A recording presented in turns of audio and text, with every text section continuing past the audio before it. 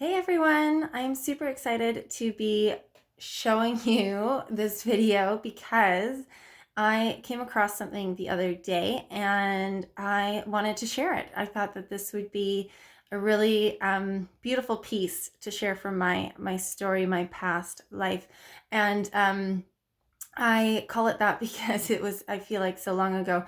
But I wanted to share this write-up I found. And I know that I haven't shared too much of my story. So this is definitely going to be a really important piece to my stepping stones that I'll be sharing with you today.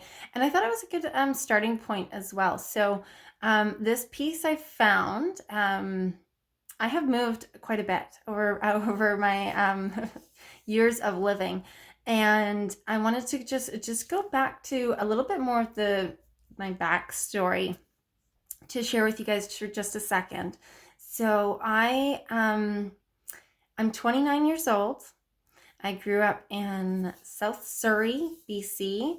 Um, and I started drinking. I had my first taste of alcohol when I was 7, and that was my parents for you. They didn't realize what alcohol did to the body and the mind, especially when you are 7 years old.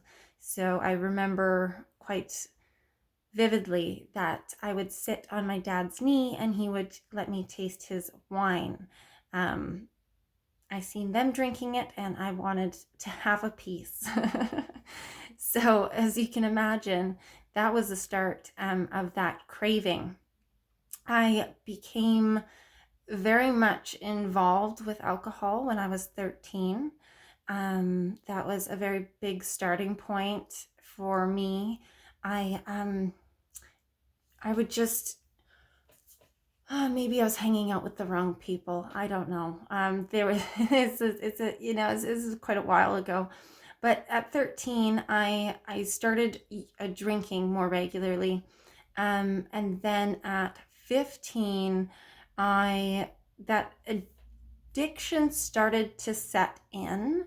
There wasn't really a point in time when I wasn't using some type of substance to cope with another emotion or cope with another piece of my puzzle. So that was kind of around 15. And the story I'm going to share with you, I knew that, I'll back up a second. When I was 17, I knew I was an addict and an alcoholic. I knew that. But somebody at 17, I think my parents definitely didn't, oh, you're 17, you're going through a phase, you should stop this. There's a lot more arguments at that point in time in my life, right? They didn't really like what I was doing. Did they know the whole picture? No. We all know how secretive and how our whole world is filled with lies and just not showing up to who you are and living authentically. I started at a very young age just to kind of find out who I was. I struggled with that for a very long time. I have 3 older sisters, I'm youngest of them, and I looked up to them, but I seen them partying quite a bit, and I was always drawn towards older men. Because I think they were around the house more. I noticed them more. I wanted to be with my sisters because I liked their company. And for a big part of it, they didn't want me there, obviously, their little sister. Bless their hearts at that point. And I wanted something more. I wanted to be like them, and I didn't realize that the addiction part had really taken control of my life. So when I was 21, which is where the story comes in, when I was 21, I ended up in a rehab facility, a treatment center. And that is where this beautiful letter comes in that I'm going to share with you today. So I ended up there when I was 21. And I think what I'll do is probably just jump into the story. It does have a few pieces. It's very short. It's only just a page and a little bit there. But it does explain about where I kind of was. I don't know. It doesn't have a lot of context on the page itself. It doesn't even have a anyways, it doesn't have a title. I don't know exactly at this point in time if I was writing to myself or my family. I don't remember at this point in time, but I will say this: treatment was a huge part of my stepping stone, something that I struggled through. But the best part about it was that I got 90 days clean and sober with the help and support of others. It isn't the end of my story. I, went back to, terrible habits and everything else on the other side of treatment because I didn't have a mentor. I didn't have the pieces in place to help me succeed after I had gotten my clean time. And I was kind of just, I don't want to say thrown back out into, real life, go get a job, start renting again, things like that, like find a place to live. And, so I didn't have all my structures and my pieces in place, and no one was holding me accountable at that point in time in my life. Yes, I had gone to treatment, but I had not found a stable environment with friendship, with sponsors, with I still didn't have the structure of support in my life that I needed to succeed with recovery on the other side. And that's when I'd say life took a very different turn for me. I got into a very, I think it was my self-worth, which I'm realizing at some time now. Without having my self-worth, I pulled on a lot of manipulation and different strings to get people to do what I wanted them to do. And I was went into a relationship, a very toxic relationship at that point in time in my life, because when I didn't know I was worthy of anything more, I was pulling at everything at that point in time, right? I could tell I was slipping, and things weren't in place. Things weren't working out. It was very much a struggle for me. And I think that's kind of how I ended up what I'm doing, now today in my life with my business and everything, and why, all of you here have joined the group is because you're looking for that extra support, which I hope to be giving all of you. So thank you so much for being here. I'm going to just jump right into my story, and then we'll see what happens after, I guess. Let's just give it a go. I'm going to read it just as it is. It is raw. I've not retyped it. I have not done anything with it. I've not made any other, I've not changed any wording. So bear with me, because I've only read it once, and there's a few bumpy pieces in there that maybe don't quite make sense. But this was where I was at when I was 21. This was my mindset. This is what I was thinking, what I was feeling, what I was doing at this point in time in my life. And let's give it a go. All right. So to start off, my heart was cold and numb. There was no feeling left inside. But I thought I was happy. Had everything going for me, working 4 jobs, going to school.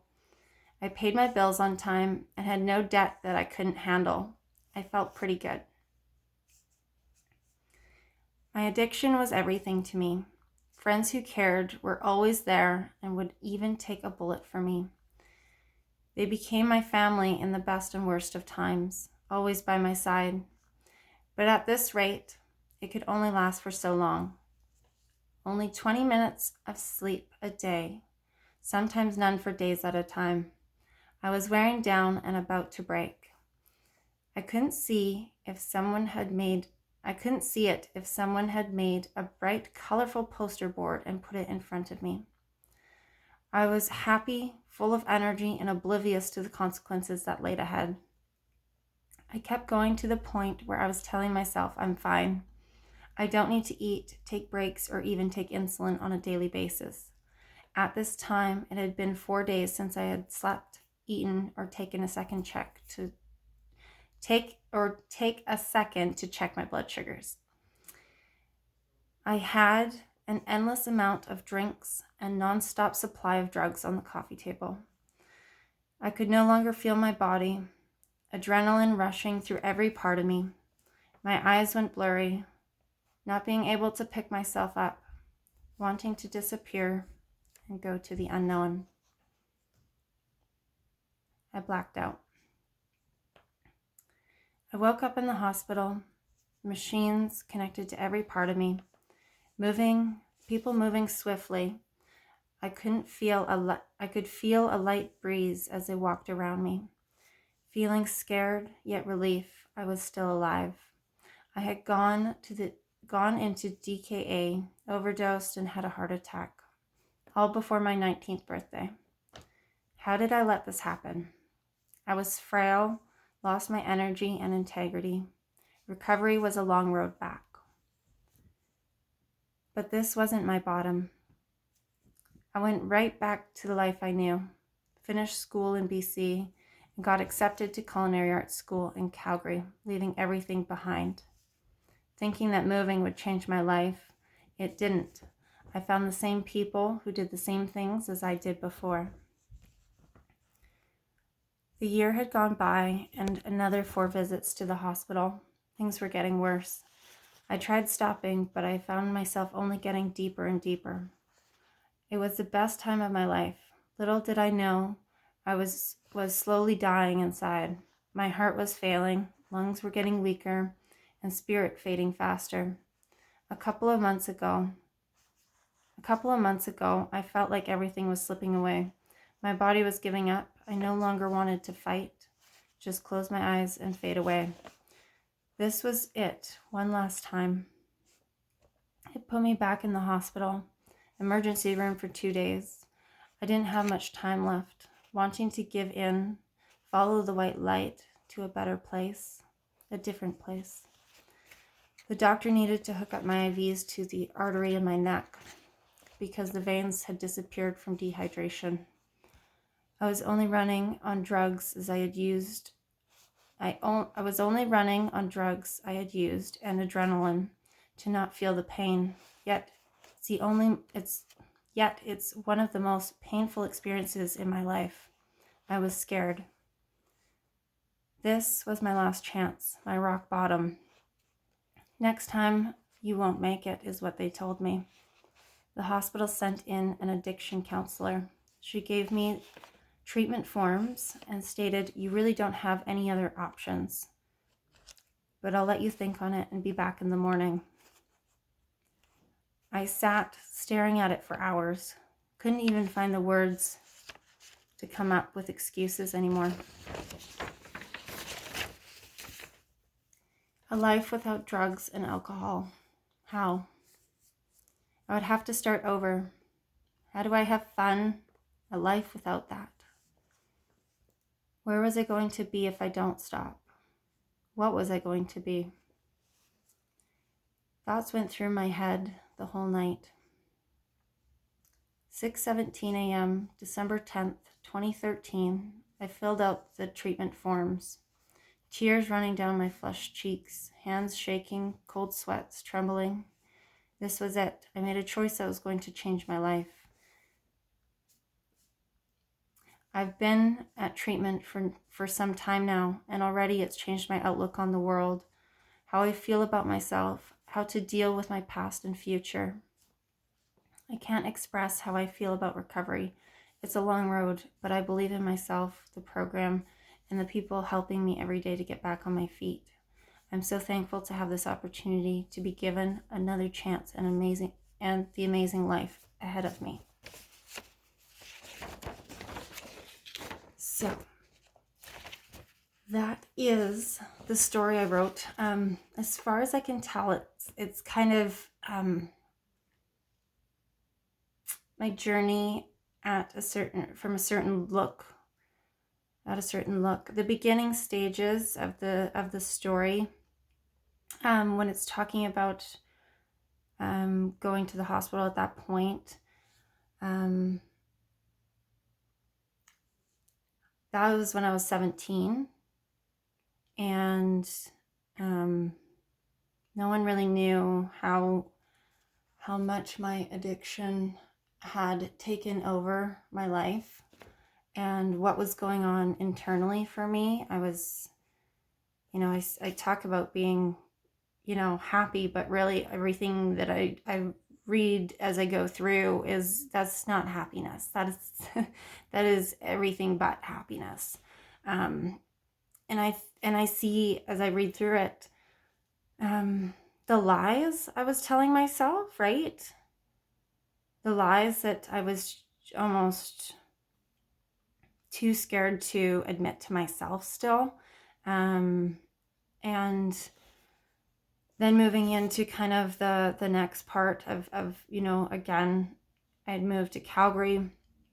I think many of us know that changing locations does not change your addiction. It does not help the addiction. You have to actually work through those pieces, and realize that, if you're still in a negative mindset and living with bad habits, changing locations is not going to change who is also attracted to you, right? We're like magnets. We attract what, who we are.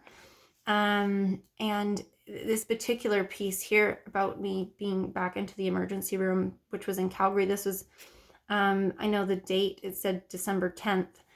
And that was, it was right around Christmas. And I realized that I was alone. I had no family or friends at that point in time in my life. I talk about, people caring about me and things like that, which no, they did not. They never showed up. I spent a lot of time by myself in the hospital. Because a lot of the people I was hanging out with all had, records of some sort. And there's a lot of uneasy settlements within the hospital walls, right? Like, it's not as much as we want to say it's a safe place and that kind of thing, but there's a lot of trauma that goes on there, and it's very triggering for a lot of people. I spent quite a bit of time in and out of hospitals. Like I talk about, I didn't take insulin for days, things like that. I was diagnosed when I was 8 years old with diabetes, and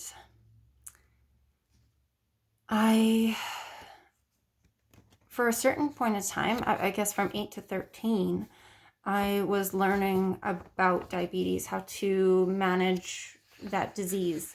And then when I was 13 and drugs and alcohol came into the picture, that all got put on the back burner. It was not something that I cared about. Yeah, sure. It was like, yeah, okay, I'm diabetic, but I didn't want to be. I didn't accept it into my life. I didn't accept that this is, something that needed to change. And it was a long road. It was a really long road back into caring for myself and my body at that point in time. And I honestly, that was one of the things that took the biggest impact on my body. I don't know if many of you know about diabetes and how that works and how that happens. So type 1 is very insulin dependent. I usually eat food without having that medication, I guess I'll call it. And so not taking it for days and days at a time, you get very, very dehydrated. And I just remember that, your eyes are withdrawn like right into your sockets, and your veins and everything have pretty much just disappeared. There's not a whole lot happening.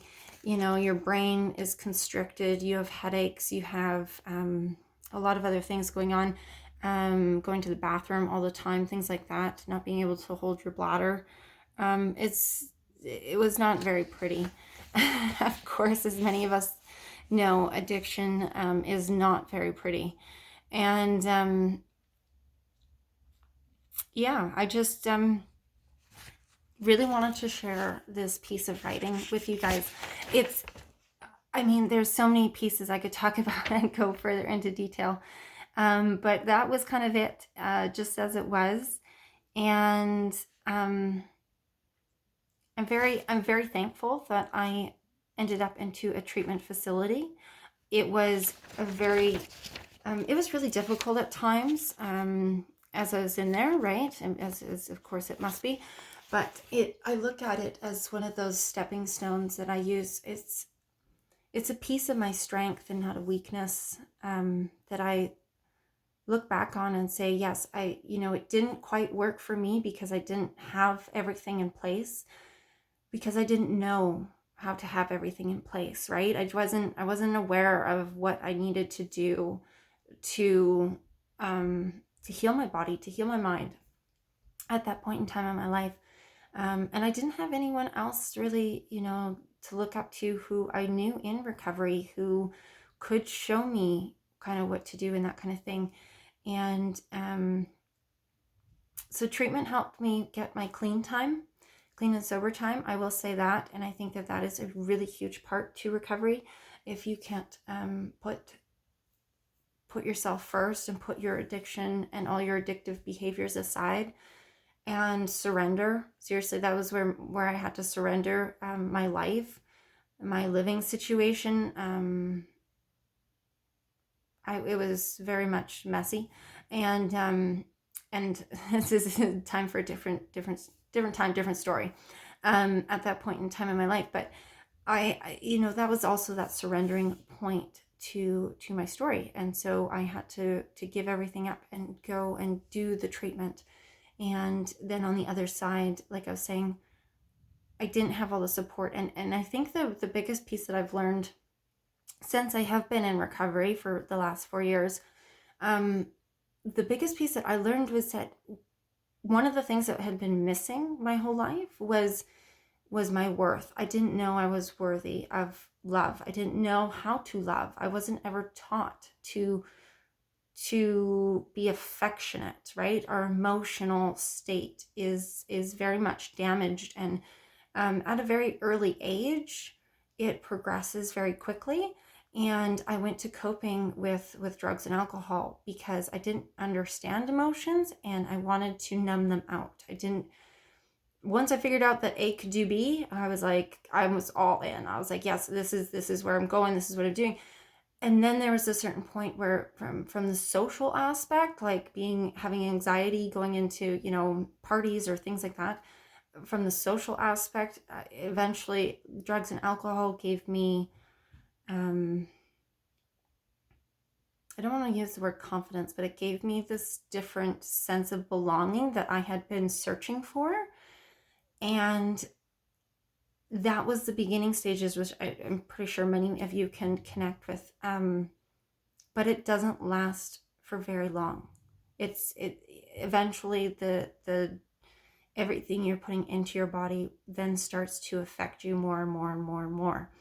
And then your drinking on social occasions goes to drinking every day by yourself in your basement, right? That's where I ended up, right? I didn't need other people to use with. I just needed myself and my drugs and my little tiny space to exist. And it was something I didn't know how to get out of for a very, very, very long time. But treatment gave me some of those pieces back. It gave me a little bit of knowledge and education, and like I said, clean time and things, so I could I knew what it felt like to be sober, clean and sober, and I knew that I wanted that. But then when I went down to the toxic relationships and continuing to drink and use, that kind of thing, every time I relapsed, every time I kept going, and I would think back to that moment when I was in treatment and I had 90 days clean and sober, and I thought, man, that, like, I felt really good while I was doing that. Why can't I do that now, right? Like, I couldn't figure out how to do those things. And I found, like, at the end of the line, clearing out the toxics in your life, and that can be people in your life, relationships, friends, family members, different things like that is very difficult to do, but I do encourage it. If somebody doesn't support you in your journey, in your wants and your needs in your life, they will hold you back. Like misery loves company, right? I'm going to use that as an example. So we like to be stuck to the other, like people like us, right? But if we see that we want better, we have to show up, and we have to start connecting to those people that are doing better, who want better, who are better, right? Those people that have a little bit more figured out than us, those are the ones that we want to start moving up to, right? We want to start clearing the bench, and we want to start to refill our pot with love and hope and gratitude, and the people that we surround ourselves with at that point in that time is so important, because those are the people that give us the inspiration and the momentum that we need, to get into the driver's seat and take off and really excel at our life. So those are the people that you want to look up to and follow and talk to, right? Because they've got it. They've got those pieces. They've got those pieces figured out, right? And that is what you want. If you want that, you have to surround yourself with it, right? You've got to change your magnetic field. And so yeah, that's kind of how I felt about my story today. And I'm super happy to share it with you guys. And I hope that maybe some of it you can connect with. And if you have any questions about it, feel free to post them in the comments. And I'm sure I will have more pieces to share with you all in the future here. My one little tip of advice here is if you continue to relapse, find your reason why. This is not to do with anyone else around you. This is what's inside of us, right? This little piece. Your reason why you want recovery. I ask people this all the time. Some people have an answer. Some people don't know yet. Some people are on the fence. They don't, they're deciding on what their reason why is, why they want it, why they think they need it. And that really strong reason why is going to be a really good piece to your recovery. It's something that you can continue to go back to and discover more of, and it can change. Right? It doesn't have to be the same reason why for years and years and years to come. But the other thing I wanted to mention is connecting to your emotions. At a very young age, I learned how to numb them out and not connect. And it has taken me 4 years to reconnect to all of my emotions and to welcome them as they come up, as they are needed to come up, right? I don't want to call emotional control, because I wouldn't say that is what I have, but that is something that I strive for, to be sad, to grieve, to cry, to laugh, to, feel joy and love. All of those things have a place and a time on, a daily basis, right? Things are going to happen as we go through life, because there are so many ups and downs in life. But I do want to say that it's really important to reconnect to the emotions. And if you are feeling like you are disconnected, there's normally a reason, or there's something else that you are doing that still isn't allowing that connection to come through. The awareness that you will gain with your sobriety and your recovery itself, your clarity will come through as well eventually. Just be patient and really search for your purpose. There's so many different tools and techniques out there that can help you find your purpose, your reason why, who you want to be, what you want to do with your life. Again, life is way too short to live in this kind of state of being. Addiction is not fun. It is not where we want to live and to breathe. It is never too late. It's never too late to stop and look at your life and say, wow, what is it that's unmanageable? What do I need to change? What do I need to shift so I can live the best life possible? it's never too late to do that. I went through many different hard times very early in my life.